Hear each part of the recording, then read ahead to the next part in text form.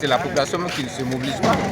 Ce dimanche 28 décembre 2025, la ville de Niamey a une nouvelle fois donné rendez-vous à ses habitants autour des activités de salubrité publique. Une initiative lancée il y a 20 mois par l'administrateur délégué de la ville, le colonel Soumana Garanti. Désormais, chaque dernier dimanche du mois est consacré à ces opérations de nettoyage avec un objectif clair: rendre la capitale nigérienne plus propre et améliorer durablement le cadre de vie des populations. Pour cette 20e édition, l'étape de l'arrondissement communal Niamey 3 a été conduite sous la supervision du secrétaire général de la commune. C'est toujours les mêmes objectifs pour rendre salubre la ville de Niamey pour qu'on retrouve vraiment notre santé, parce que la santé et la propriété vont le faire. Mais sur le terrain, le constat est amer.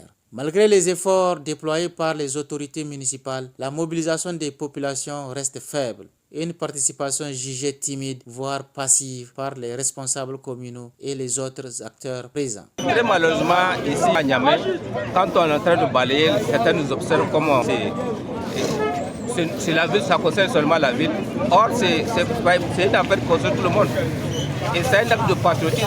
C'est regrettable de constater que ceux qui sont les premiers bénéficiaires de ces actions ne s'impliquent pas suffisamment, déplore M. Mahmoudou Adamou, appelant à une prise de conscience collective. À Niamey, et particulièrement dans l'arrondissement communal Niamey 3, l'un des plus urbanisés du Niger, les autorités rappellent que l'État ne peut pas tout faire seul. La salubrité est l'affaire de tous et nécessite l'engagement massif des populations, à l'image d'autres populations de l'espace AES. Au cours de cette opération, les autorités communales ont également instruit les occupants anarchiques des voies publiques à libérer l'espace afin de faciliter la circulation et préserver l'ordre urbain. Une situation qui soulève de nombreuses interrogations. Comment comprendre la présence de jeunes enfants dans ces travaux pendant que des adultes valides restent en retrait? Face à ce manque d'engagement, certains s'interrogent désormais sur la nécessité d'adopter de nouvelles méthodes de mobilisation plus contraignantes. La propriété de Niamey reste un défi collectif qui appelle responsabilité, civisme et participation citoyenne.